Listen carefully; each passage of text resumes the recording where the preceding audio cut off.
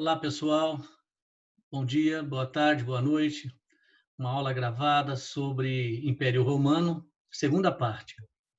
É, Na aula passada, pessoal, nós estudamos sobre a primeira fase do Império Romano, o Alto Império, né? Momento de, um momento de prosperidade, relativa paz nas províncias, relativa porque a Pax Romana era na base da força, né? Não que não houvesse revoltas provinciais, mas sempre eram reprimidas de forma exemplar, ao ponto de servir exemplo para as demais províncias, né? Não seguirem o mesmo exemplo de insurreição, né? Porque a punição era severa. Bom, e eu trabalhei então com vocês o Alto Império, que vai mais ou menos do início do Império de 27 a.C., até por volta de 235 da Era Cristã. Pois então, agora eu vou falar sobre o Baixo Império. Bom, então, sobre o Alto Império, nós vimos, né, o primeiro imperador, que foi Otávio, Augusto, ele lançou as bases de funcionamento do Império Romano, o cargo de imperador acima das magistraturas, acima das assembleias e acima, principalmente, do corpo do Senado. Nós já vimos isso, né? Eu comentei as várias reformas promovidas pelo imperador Otávio. É, Falei também das dinastias, né? Fiz um comentário relâmpago sobre as dinastias que sucederam ao reinado de Otávio. Nós vamos ter Tibério, a dinastia Júlio-Claudiana, né? Mostrei para vocês que o império é melhor dividido administrativamente. Isso já é parte da reforma político-administrativa de Augusto, inicialmente de 14 províncias, mas depois vão aumentando essas províncias. Províncias que muitas vezes era governada por agentes nomeados pelo próprio imperador, outras províncias eram administradas pelo Senado. Então, eram as chamadas províncias senatoriais. Falei de alguns imperadores de forma muito rápida, né? Da dinastia Júlio-Claudiana, depois da dinastia dos Flávios, dos Severos e dos Antoninos. Antoninos, depois dos Severos, que já é momento já de desagregação da ordem imperial, a crise do Império Romano. Bom, agora nós vamos falar, né, do Baixo Império, o que mais marcou o Império Romano em termos de desagregação, em termos de crise, né? Ainda sobre o Alto Império, falei na aula passada sobre as perseguições aos cristãos, o cristianismo como fenômeno religioso do Império Romano, né? De religião perseguida, depois passa a ser religião oficial do Estado romano. Mostrei os diversos fatores que moveram o Estado romano em diferentes momentos, perseguindo os cristãos, não só o Estado romano, não só os imperadores, mas a própria sociedade romana, muitas vezes, né, perseguia os cristãos. Mostrei as várias motivações. Bom, mostrei também o grande paradoxo: quanto mais se perseguia a comunidade cristã, mais ela fazia era aumentar em termos de número, né, de adeptos, e ela vai se interiorizando, ela vai entrando nas províncias, né? Bom, então chega na época de Constantino o Grande, que ele põe fim à perseguição aos cristãos, com o Édito de Milão. Depois ele mesmo coordena o Concílio de Nicéia. Ele está praticamente agora convivendo com a cúpula do cristianismo. Ele emprega no aparelho de Estado, inclusive, lideranças cristãs, né, a nível até de conselheiros. Bom, e nós chegamos então ao Concílio de Constantinopla e, antes um pouco, o Édito de Tessalônica, onde o imperador Teodósio oficializa o cristianismo. Aí mostrei para vocês, né, que, historicamente falando, a partir desse momento há um manejo, né, do Estado romano à Igreja, e vice-versa, muitas vezes a Igreja influenciando as decisões do Estado romano através de muitos imperadores que já eram cristãos, inclusive passa a ser quase um pressuposto para ser imperador. Bom, E aí a gente começa o Baixo Império, que é o tema desta aula, né? Bom, vamos lá. Nós vamos ter o seguinte, chega um dado momento, ali por volta do século III, que os imperadores começam a perceber que as guerras de conquista faziam mais agigantar, né, o Império Romano, os problemas da administração pública. Então, chega-se praticamente a uma conclusão de não adiantava ficar expandindo territórios, né? Melhor era administrar o império já nos seus limites, ok? Bom, e aí, com o passar das décadas, né, essa paralisação das guerras de conquista, tá, vai levando ao que muitos historiadores chamam de crise do escravismo. Ou seja, como os escravos, né, eram adquiridos nas conquistas militares, né, e estas cessaram, em grande número cessaram, tá? O que nós temos? A base escravista começa a sofrer alterações, né? Começa a haver uma escassez gradual do número de escravos, né? Principalmente para o lado ocidental do império, que mais empregava mão de obra escrava. O lado oriental, né, que seria ali a região ali da Grécia, né, da Macedônia, a região da Ásia Menor, a região do próprio norte do Egito, né, pedaços ali do Oriente Médio. Essa região ela empregava menos escravos. Então, quem mais vai sentir a crise do escravismo é a parte ocidental. E aí nós vamos ter os efeitos, né, da crise do escravismo. E aí nós já estamos falando, né, das causas internas da crise do Império Romano. Tá? Depois nós vamos falar das causas externas, que vão ser as invasões de povos estrangeiros, os denominados bárbaros pelos romanos. Bom, então ainda dentro dos fatores internos da crise do Império Romano, nós vamos ter isso, né? O esquema que é bem explicativo, bem didático. Você tem a paralisação das guerras de conquista, tá? Você tem a crise, a escassez gradual de escravos, né? Nas atividades econômicas, principalmente na banda ocidental do Império, tá? E essa crise econômica, desculpa, essa crise de escravos vai gerando, de certa forma, né, uma ruralização no Império Romano. Como assim? Populações que viviam nas grandes cidades do Império, principalmente na Grande Itália, começam a ganhar o campo, né? Ou seja, o campo oferece frentes de trabalho. As vilas romanas, as grandes propriedades romanas, que até então empregavam escravos, estão carentes agora de mão de obra. Então você tem, tá? Você tem um movimento populacional, que a gente poderia chamar de êxodo urbano, né? Populações migram das grandes cidades, vão para o interior do império. Tá? Por quê? Porque havia frentes de trabalho. Só que esses que chegam, né, são homens livres, com suas famílias, eles começam a serem assentados em áreas da grande propriedade, da grande vila romana, e ali eles começam a fazer um processo de trabalho de arrendamento. Né? Em muitos casos, eles davam uma parte da produção ao proprietário da terra e ali eles ficavam instalados. Tá? Bom, o que acontece é que, com o tempo, a atividade mercantil, o comércio, por exemplo, a relação campo e cidade vai se arrefecendo, tá? Vai se enfraquecendo. Tá? Ou seja, o que se produz na área rural termina ficando por ali mesmo, né? O consumido ali mesmo nas grandes vilas romanas. É o que a gente pode dizer agora, que a economia estava tendendo a uma autossuficiência, uma economia de natureza de subsistência, de autossuficiência, chamada economia da abastança. Ou seja, você tem uma economia imediata, ou seja, é produzido na região e é consumido ali. Quer dizer, o campo não mais produz para uma cidade, né, para um mercado de uma cidade. Tá? As cidades vão começando a ficar esvaziadas em termos populacionais. Bom, então você tem um processo de ruralização em curso. Né?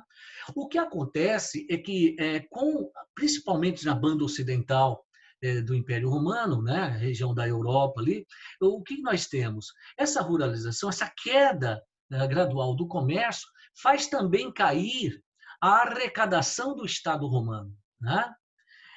E a partir de 395, quando o imperador Teodósio divide o Império Romano, né, aos seus dois filhos, né, o que acontece? Com essa divisão, o Império Romano do Ocidente ele vai se ruralizando, tá? O comércio vai caindo, a arrecadação do Estado romano também caindo, de maneira que a parte ocidental, né, o imperador do lado ocidental não tinha muitos recursos para manter uma soldadesca, né, um efetivo de soldados. Começam os problemas também do déficit público, começa também o problema da inflação, tá? Os preços começam a subir. Resultado, nós temos aí uma crise econômica, né? Através do processo de ruralização, da queda do comércio, da queda da arrecadação de impostos. O que nós temos? O enfraquecimento militar das fronteiras do Império Romano do Ocidente. Já o Império Romano do Oriente, onde nós temos não uma base econômica que emprega tanto escravos, então ele vai sofrer menos abalos com a crise do escravismo. O comércio ali, né, na Ásia Menor, ele ainda tem o seu fluxo, ele ainda tem sua continuidade. Tá? E, portanto, o Estado, né, os imperadores do Império Romano do Oriente, ainda têm como fortificar suas fronteiras. Né? Diante desse quadro de enfraquecimento militar das fronteiras do lado ocidental, começa a ocorrer, né, a ocupação de áreas nas fronteiras por povos denominados pelos romanos de bárbaros, né, tribos ali, povos, micropovos que viviam na região da Germania, né, por isso que eles eram muito chamados de povos germânicos, né? E aí você tem os godos, os burgúndios, os suevos, os alamanos, os visigodos, né? Esses micropovos começam a encontrar facilidade, né? Coisa que no começo havia um processo pacífico de ocupação de terras nas áreas de fronteira, chega um dado momento, a partir do século IV, que os grupos chamados bárbaros começam a encontrar facilidade para invadir o território do Império Romano do Ocidente. Começa, né, o período das grandes invasões bárbaras do Império Romano do Ocidente. Tá? Bom, e aí o que nós temos? Né? Só aqui aqui, ó. Nós temos aqui um retrato, mais ou menos. Né? Essa figura mostra bem que esses micropovos começam a invadir o Império Romano do Ocidente. Está vendo essa parte amarelada aqui? Já o Império Romano do Ocidente, a parte em rosa, né, vai sofrer poucos golpes de invasões bárbaras, por aquele motivo que eu já adiantei para vocês. O Estado romano oriental tinha como guarnecer melhor, né, militarmente melhor, suas fronteiras, porque a atividade mercantil ali e a arrecadação não caíra tanto. Mas o Império Romano do Ocidente, no século IV e V, vai sofrer várias invasões de povos estrangeiros bárbaros. Eles começam a penetrar, eles começam a ocupar as terras férteis do Império Romano do Ocidente. Né? Bom, e agora, diante desse quadro todo de crise econômica, né, de crise tributária, né, eu vou mencionar alguns imperadores que buscaram, por algumas medidas, frear, né, essa crise. Né? Por exemplo, o édito do imperador Caracalla. Né? Ele ampliou, tá? Ele quase que universalizou a cidadania romana. Ele estendeu a todos os habitantes do Império Romano do Ocidente, né? Ele estendeu a cidadania. Tá? Bom, e isso implicava em dizer o quê? Né? Bom, primeiro que, de certa forma, contemplava ele, né, uma base de sustentação política. Mas, mais do que isso, era uma tentativa de aumentar a arrecadação. Né? Por quê? Porque, uma vez uma pessoa sendo cidadão romano, tá, ele tinha uma plenitude de direitos, tá? Ele tinha uma série de vantagens no campo jurídico, mas também ele teria a obrigação de pagar impostos a Roma. Tá? Bom, então, o Édito de Caracalla vem com essa ideia de universalizar a cidadania no sentido de aumentar, né, a arrecadação de impostos. Nós vamos ter também a figura do imperador Diocleciano, né? Diocleciano, que ficou tão marcado na história, né, por ser o mais terrível período de perseguição aos cristãos. Mas aqui eu quero falar de outra coisa, né? Nesse momento, Diocleciano representa uma tentativa também de frear a crise do Império Romano. O que ele faz? Ele divide a vastidão romana em 4 jurisdições, em 4 pedaços, né?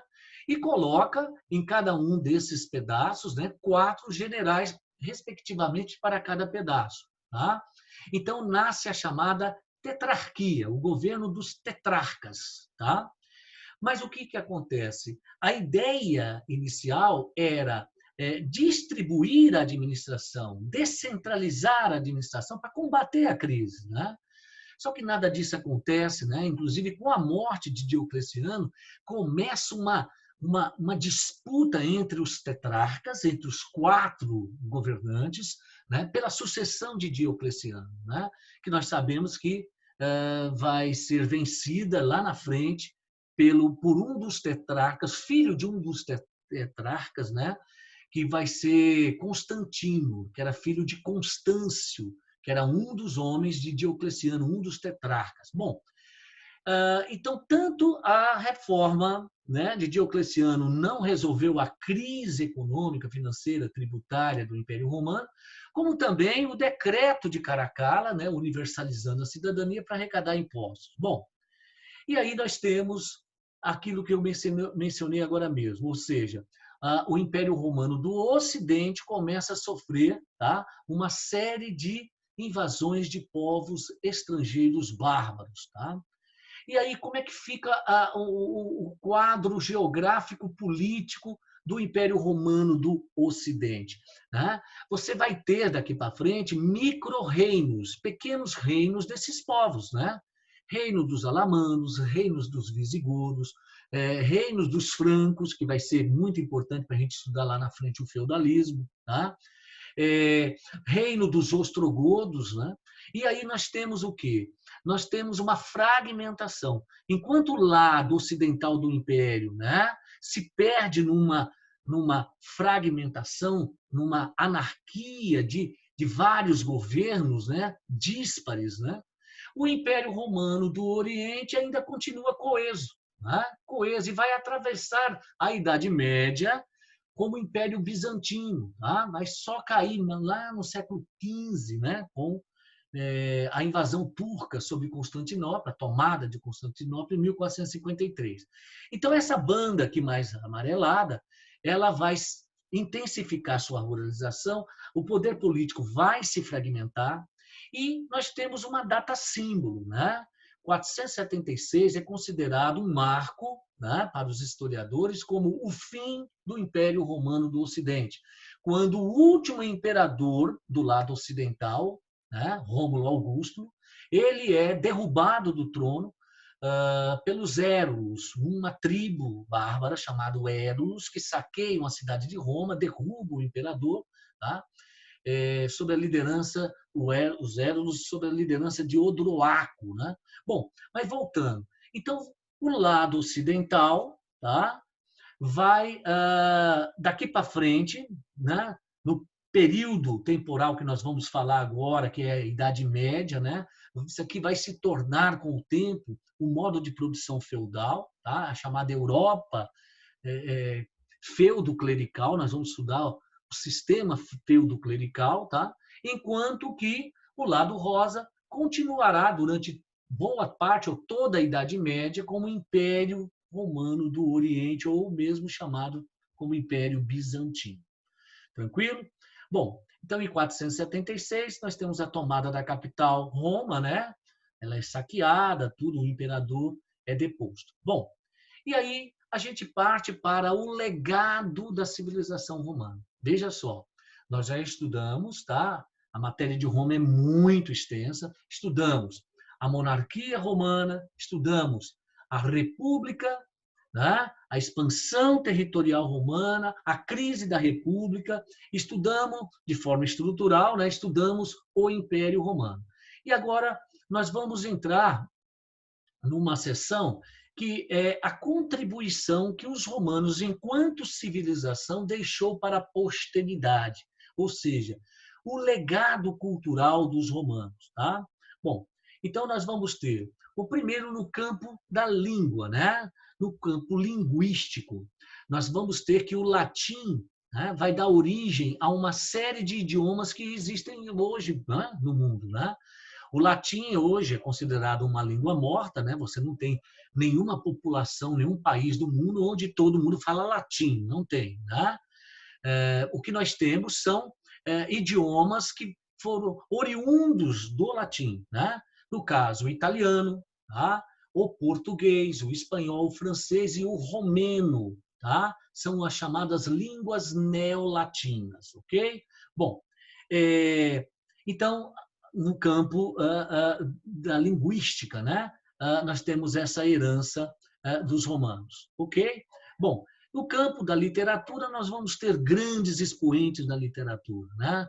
Nós vamos ter as obras de Ovídio, de Tácito, de Suetônio. No campo do direito, talvez seja a mais lembrada das contribuições em termos culturais que os romanos deixaram, né? Os romanos, eles aprofundaram muito, fizeram o direito se tornar uma ciência, né? Eles codificaram leis, eles dividiram setores do direito, né? O que hoje a gente poderia chamar de direito das sucessões, direito de família, né? Direito dos povos, né? O direito internacional. Os romanos já faziam essa segmentação no corpo, né, do direito enquanto ciência. Então, talvez a mais presente, né, a mais lembrada contribuição dos romanos em termos culturais foi no campo do direito. Nós vamos ter também no campo do urbanismo, né? Os romanos deixaram muita contribuição no campo da engenharia, na construção de estradas, né? Construção de edifícios, de praças, de ampliação de ruas, a ideia de parques, né? Então, os romanos, eles deixaram no campo do urbanismo um grande legado também, tá? Bom, e aí nós vamos para duas questõezinhas, tá? Sobre o Império Romano. Desde a origem da civilização romana, passando pela monarquia, república e império, o politeísmo, tá?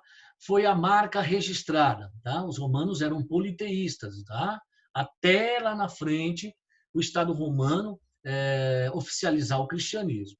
Então, vamos que vamos. As várias divindades desempenhavam a função de explicar aquilo que o conhecimento antigo tinha dificuldades de compreender. Por isso, a crença em deuses com as mais variadas funções. Aliás, essa não foi uma exclusividade dos romanos da antiguidade.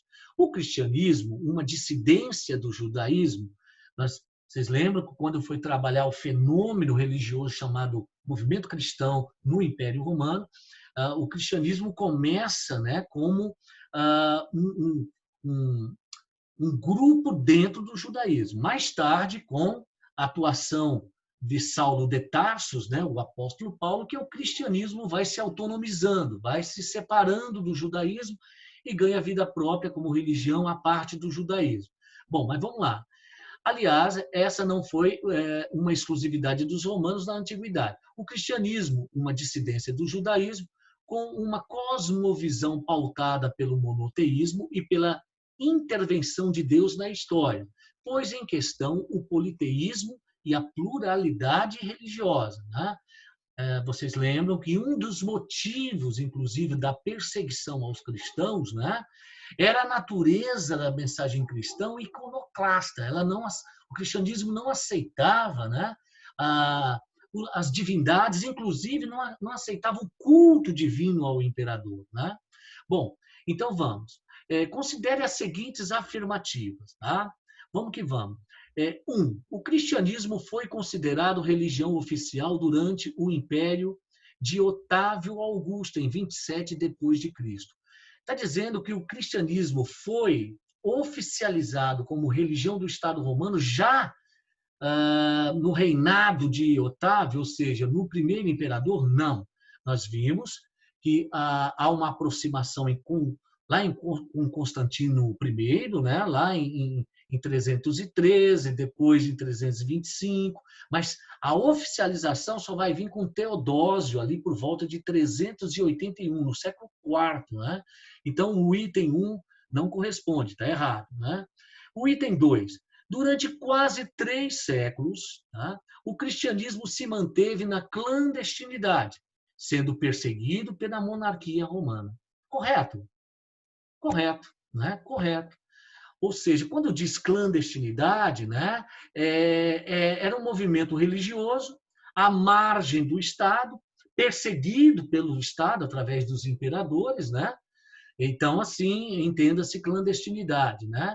E sendo perseguido pela monarquia romana, ou seja, pelos imperadores romanos. Corresponde, sim, como correto, o item 2. O item 3. Em 313, com Constantino, o cristianismo foi legalizado como religião oficial. Não, não. Tá?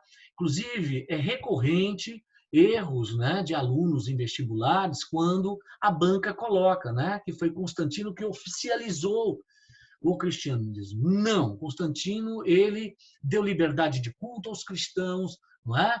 Ele se aproximou da cúpula cristã, ele organizou o Nicéia, o grande concílio, mas ele não oficializou. Tá? Ele deu, inclusive com o Édito de Milão, ele deu liberdade a todas as religiões, inclusive aos cristãos, tá? E cessou perseguição a eles. Sendo assim, corresponde apenas como correto o item 2, no caso, alternativa B, somente, somente a letra A, né? Somente a afirmativa 2 está correta, ok? Então vamos que vamos. Na história de Roma, o século III da era cristã é considerado o século das crises. Foi nesse período que, lembra que eu falei, né, que chega um dado momento, no final do século II, né, do segundo século, por século III, a crise, né, do escravismo em decorrência da paralisação gradual das guerras de conquista. Tá? Então, vamos que vamos. Então, está dizendo das crises, né? Foi o século que iniciou as crises. Por quê? Letra A. As tensões geradas pelas conquistas se refletiram nas contendas políticas, criaram um clima de constantes agitações, promovendo desordens nas cidades. Então, a crise do Império Romano não foi por conta de insurreições, revoltas urbanas, não foi. Tá? Letra B.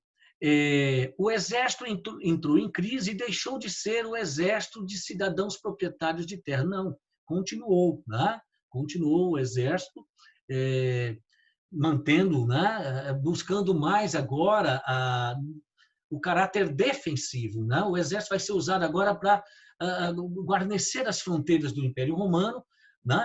Porque no século III já começam as invasões, né? As pressões de povos bárbaros. Tá? Então, vamos lá. Letra C. O Império Romano começou a sofrer a terrível crise do trabalho escravo, base principal de sua riqueza.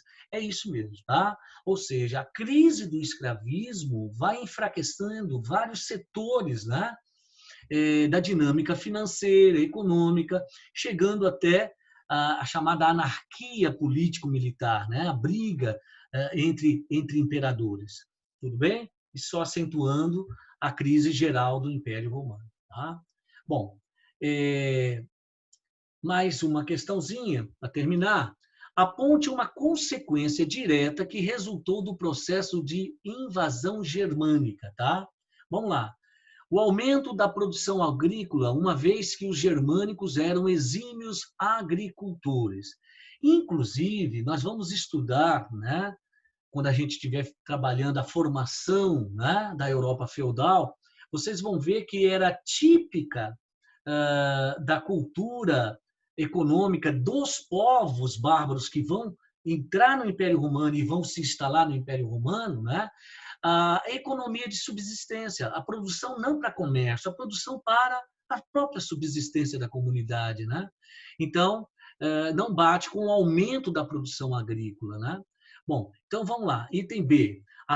Então, como consequência direta que resultou nas invasões bárbaras, né? A ruralização da Europa, pois a população fugia das invasões e abrigava-se nas zonas rurais do Império. Então, por dois motivos, você tem o deslocamento populacional da cidade para o campo, né?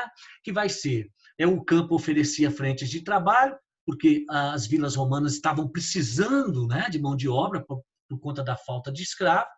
Então, muita gente estava indo para o campo porque tinha frentes de trabalho no campo. E o problema da insegurança, né? Os povos bárbaros, aqueles mais violentos, buscavam saquear os centros urbanos, né? Então, buscava-se proteção no campo, frente às invasões bárbaras. Então, ficamos aí com o item B. Sendo assim, pessoal, terminamos essa parte sobre o Império Romano, tá? No retorno às aulas, pessoal, nós vamos revisitar esses conteúdos, tá? E a gente vai poder trabalhar outros aspectos, tá? Mas essa aula ela serve muito para vocês resolverem as questões da tarefa que está no roteiro dessa semana. Um abraço a todos.